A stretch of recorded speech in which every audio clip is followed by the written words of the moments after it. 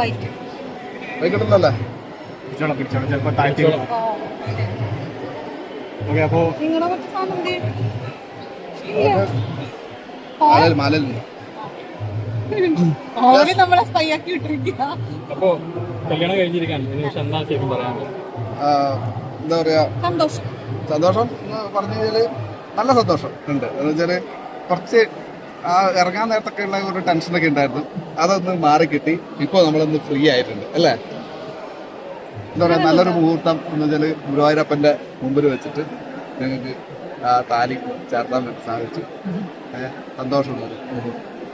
ഇറങ്ങി വന്നപ്പോ നമ്മുടെ ഒരു സ്ലോട്ട് ടൈം മാറി, അതിന്റെ ഒരു ടെൻഷൻ ഉണ്ടായി. പിന്നെ ചൂട് ശരിക്കും നിങ്ങൾ റിലേഷൻഷിപ്പിലായിട്ട് കുറച്ച് ആളുകളായല്ലോ, പക്ഷെ എന്താ ഇത്ര ലേറ്റ് ആയി? 2 വർഷം 2 ഇയേഴ്സ് ആയി. അപ്പം എന്താ പറയാ, ഞാൻ പറഞ്ഞിട്ടുണ്ട് എന്നുവെച്ചാല് ഈ വിവാഹം എന്നൊക്കെ പറയുന്ന കൺസെപ്റ്റിനോട് ഞങ്ങൾക്ക് അങ്ങനെ വലിയ അല്ലേ അങ്ങനെ ഒരു കാര്യമൊന്നുമില്ല. എന്ന് വെച്ചാൽ മനസ്സിൽ തമ്മിൽ ഇഷ്ടപ്പെടുന്ന ആൾക്കാർക്കാണെങ്കിൽ മനസ്സിൽ കൊണ്ട് പൊരുത്തപ്പെടുന്ന ആൾക്കാർക്ക് കല്യാണം കഴിച്ചിട്ടെങ്കിലും ഒന്നിച്ച് താമസിക്കാം, നമുക്ക് ഒന്നിച്ച് ജീവിക്കാം, അതാണ് അല്ലേ. പക്ഷെ അത് പഴയ തലമുറക്ക് അതൊന്നും ആക്സെപ്റ്റ് ചെയ്യാൻ വേണ്ടി അല്ലെങ്കിൽ ഉൾക്കൊള്ളാൻ വേണ്ടി പറ്റുന്ന ഒരു അവസ്ഥയല്ല. കല്യാണം കഴിക്കാത്ത ആൾക്കാരെ കാണുമ്പോൾ എല്ലാവർക്കും വേറെന്തോ ഒരു രീതിയിലാണ് നമ്മൾ നോട്ടവും കാര്യങ്ങളും ഒക്കെ ഉണ്ടാവും.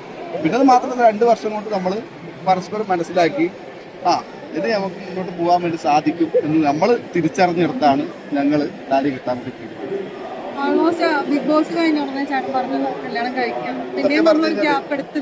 സത്യം പറഞ്ഞു കഴിഞ്ഞാല് ബിഗ് ബോസ് കൂടുതൽ വെച്ച് കെട്ടണമെന്നായിരുന്നു അതിന്റെ ആ ഫാമിലി റൗണ്ടിൽ തൊട്ട് മുമ്പാണ് ഞാൻ ഔട്ടായത്. അല്ലെങ്കിൽ ആ ഫാമിലി റൗണ്ടിൽ ഇവിടെ വരുമ്പോൾ ഇത് അവിടെ വെച്ചിട്ടാണ്. ബിഗ് ബോസുകാർക്ക് പറ്റിയൊരു മിസ്റ്റേക്കാണ് മിസ് ചെയ്തത്. ആ ഒരു അത് നമ്മളേതായാലും ഇങ്ങനെ ആക്കി വളരെ സിമ്പിളായിട്ട് നിങ്ങളെല്ലാവരും വന്ന് പറ്റിയ സംഭവം. ഗുരുവായൂർ വെച്ച് നടത്താനുള്ള ഒരു കാരണം എന്താണ്? അത് ഞാൻ പറയാം. ഞാനൊരു കൃഷ്ണ ഡിവോട്ടിയാണ്. അപ്പൊ അതുകൊണ്ട് നമ്മളെപ്പോഴും ഗുരുവായൂർ അമ്പലത്തില് മനസ്സിന് വരാറുണ്ട്. അപ്പം ഇവിടെ വന്നിട്ട് തന്നെ ചെയ്യണം എന്നുള്ളത് നമ്മളിങ്ങനെ നോക്കിച്ചപ്പോ പറഞ്ഞിട്ടുണ്ടായിരുന്നു. അങ്ങനെ ഇവിടെ വന്ന് തന്നെ ചെയ്യണം. ഭയങ്കര ഗുരുവായൂരപ്പ ഭക്തിയാണ്. എപ്പോഴായാലും വീട്ടിൽ നമുക്ക് ഗുരുവായൂരപ്പന്റെ കൃഷ്ണന്റെ ഉണ്ണിക്കണ്ണന്റെ കുഞ്ഞ് ഇതുണ്ട്. എന്തെങ്കിലും വിഷമമൊക്കെ വരുന്ന സമയത്ത് ഉണ്ണിക്കണ്ണനെ ഇങ്ങനെ കെട്ടിപ്പിടിച്ചിട്ട് ഇങ്ങനെ വർത്താനൊക്കെ പറയുന്ന ആളാണ്. എന്തൊക്കെയാണ് അവർ സംസാരിക്കുന്നത് എനിക്കറിയില്ല, അത് അവരുടെ വിഷയം. അത്രക്ക് അടുപ്പമുള്ള ഒരാളാണ് ഉണ്ണിക്കണ്ണനുമായിട്ട്. അപ്പം അവരുടെ കൃഷ്ണന്റെ മുമ്പിൽ വെച്ചിട്ട് കെട്ടാൻ സാധിച്ചതിന് പറ്റും.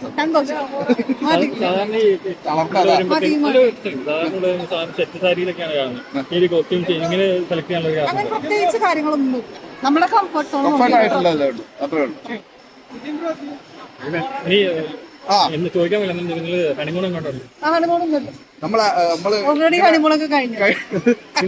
അല്ല ഞങ്ങള് മാസത്തില് മിക്കവാറും എല്ലാ മാസവും ഞങ്ങൾ ഓരോ ട്രിപ്പ് അടിക്കുന്ന ആൾക്കാർ.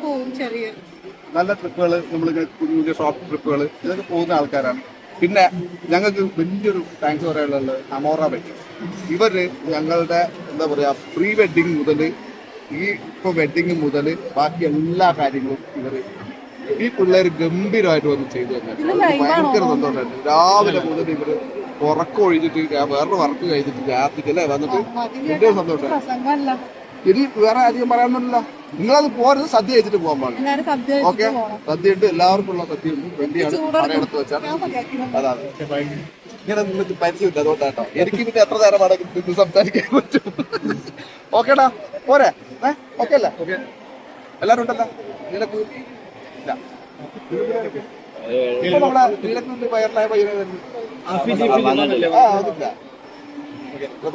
ഓരോരുത്തർ ഓക്കെ, സന്തോഷം.